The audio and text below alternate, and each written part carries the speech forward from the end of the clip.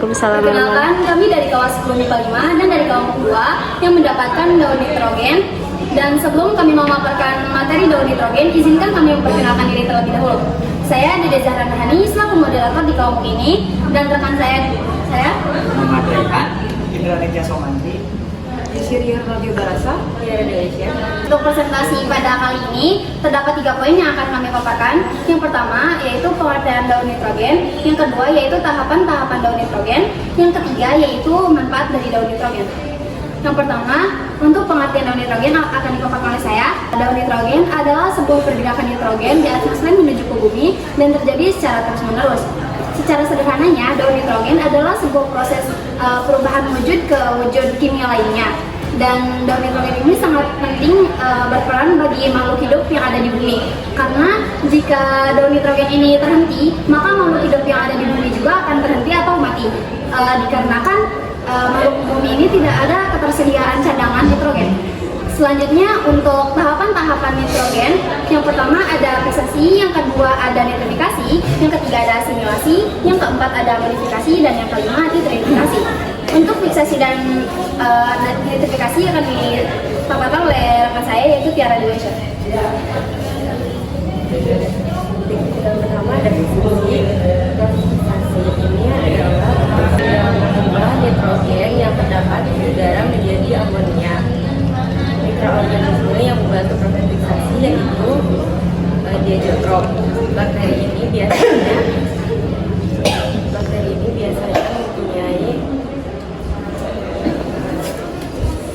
Bakteri ini biasanya mempunyai enzim nitrogenase yang dapat menggabungkan nitrogen dengan hidrogen.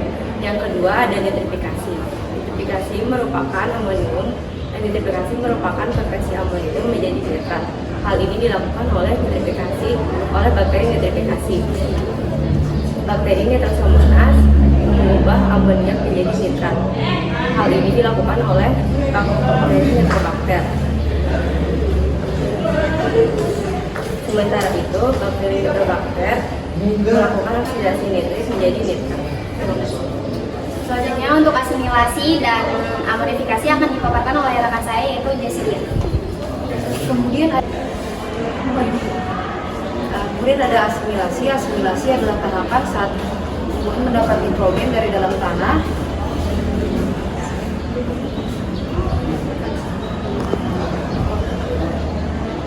Yang kemudian akan diserap oleh tumbuhan.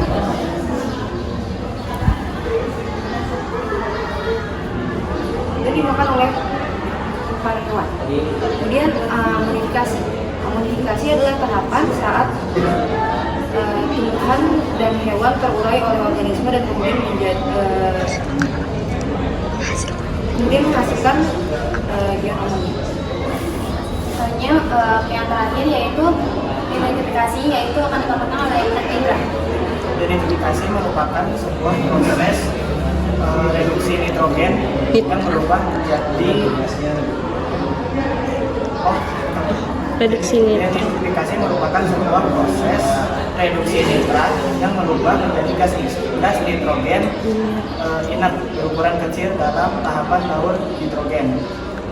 Nitrifikasi ini dilakukan oleh bakteri seperti Clostridium pseudomonas dalam kondisi anaerobik atau tanpa bantuan oksigen. Baik, selanjutnya poin yang terakhir yaitu manfaat daun nitrogen akan dipaparkan oleh rekan terakhir saya yaitu Ryan.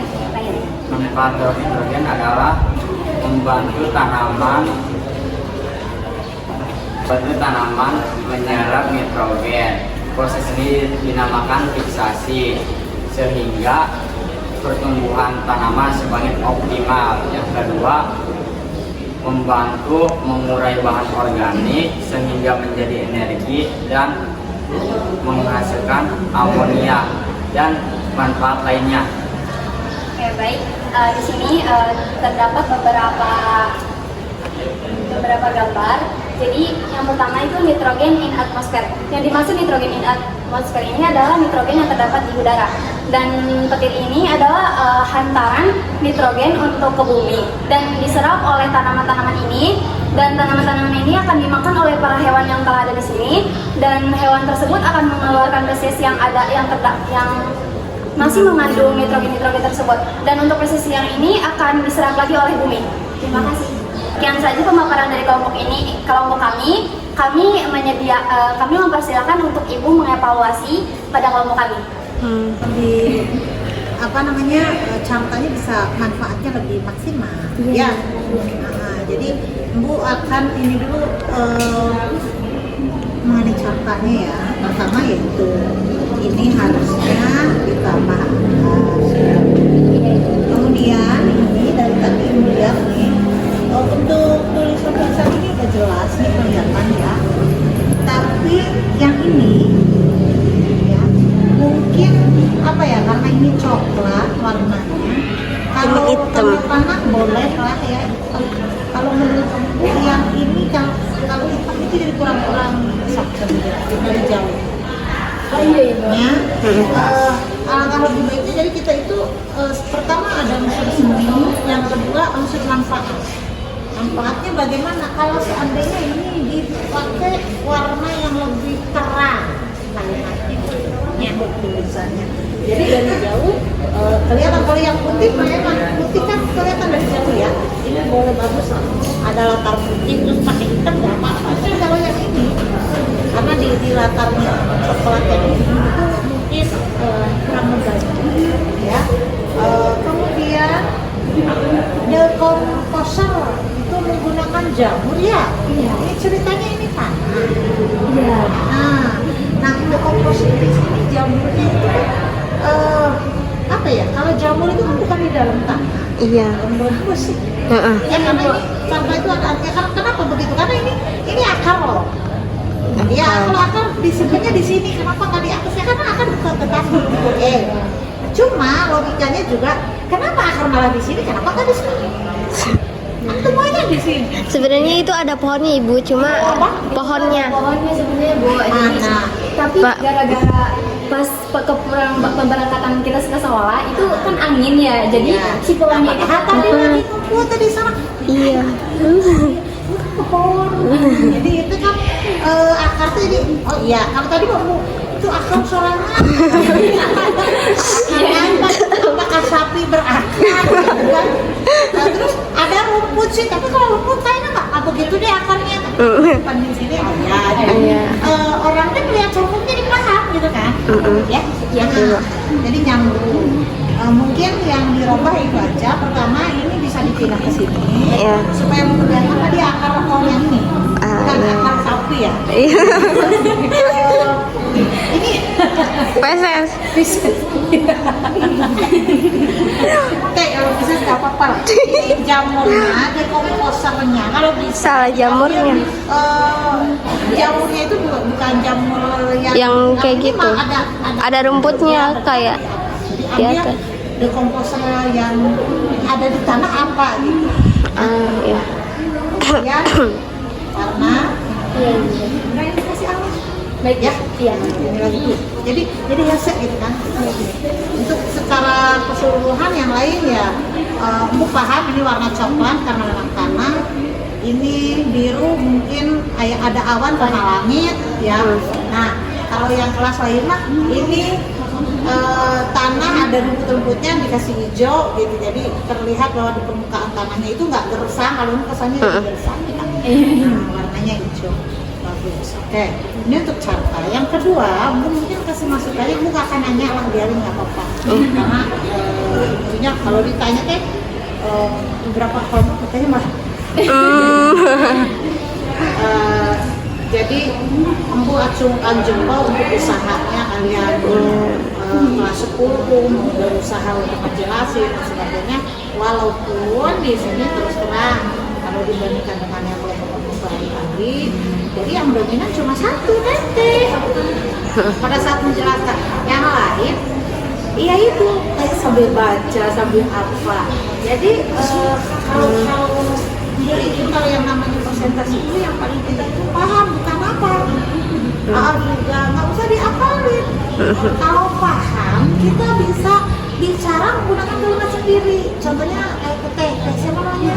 Dede itu ya lu bisa ngambil kesimpulan ini anak paham walaupun oke lah tidak 100% betul, ya namanya juga belajar. Tapi minimal memperlihatkan bahwa teteh paham, sehingga teteh bisa bicara dengan bahasa sendiri, menyampaikan isi ini. Tapi kalau teteh yang sebelah sana, terus juga tadi, itu jadi bukan paham, tapi menghafal.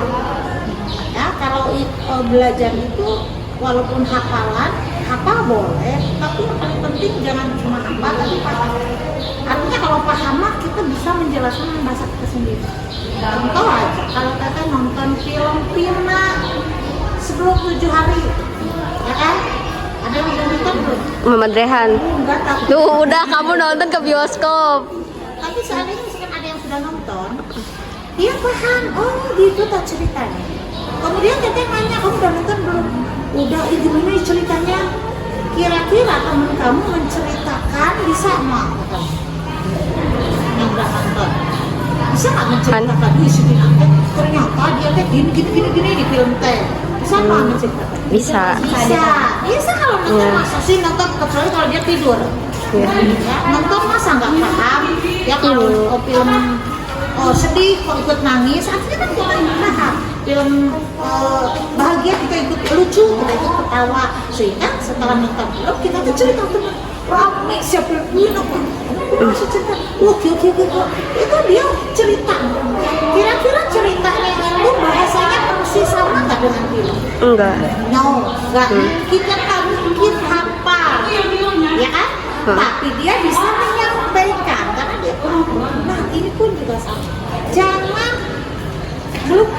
sedikit-sedikit lihat, sedikit-sedikit lihat sebentar. Gak usah. Penting lah, paham pula. Kenapa sih? Dengan bahasa makanya nanti kalau kita ditakdirkan bertemu di sebelah, ya silakan kalian lihat bagaimana cara menjelaskan bahasanya sama nggak dengan buku, masih sama nggak? Maka kadang-kadang saya lupa baca buku, jadi nggak tahu kalimat buku itu bagaimana. Karena aku menyampaikan bahasa buku aja sendiri, ya. Sehingga kalau diulangkan juga kalau di rumah untuk bahasanya boleh lah bebas sok mangga kumaha, tapi aya intina, penting aya ieu. Karena anak itu apalagi dalam materi yang bukan hitungan itu bebas berekspresi, bahasanya boleh apa, tapi ulang ngaco itu kudu aya ieu tadi. Ada kuncinya. Nggak perlu persis sama dengan jadi ibu melihatnya kalau yang tadi mah imbang gitu ya, yang presentasi tadi. Walaupun kelihatan sih udah ngapalin, cuma nggak sampai gitu ya. Kalau ini sayangnya tuh apa ya, ada kesenjangan ya. Coba kalau kayak bebek sih, aduh 90 bebek. Tapi wayangnya karena Bu nilai itu harus objektif ya, bukan karena ini kan nilai kamu bukan nilai perorangan kan Bu kasih nilainya juga nilai Sebentar. Ada. ini belum dikasih nama anggota, dikasih ya. Iya. Tanggal hari dulu ya, hari Kamis Ini udah. tengah 6.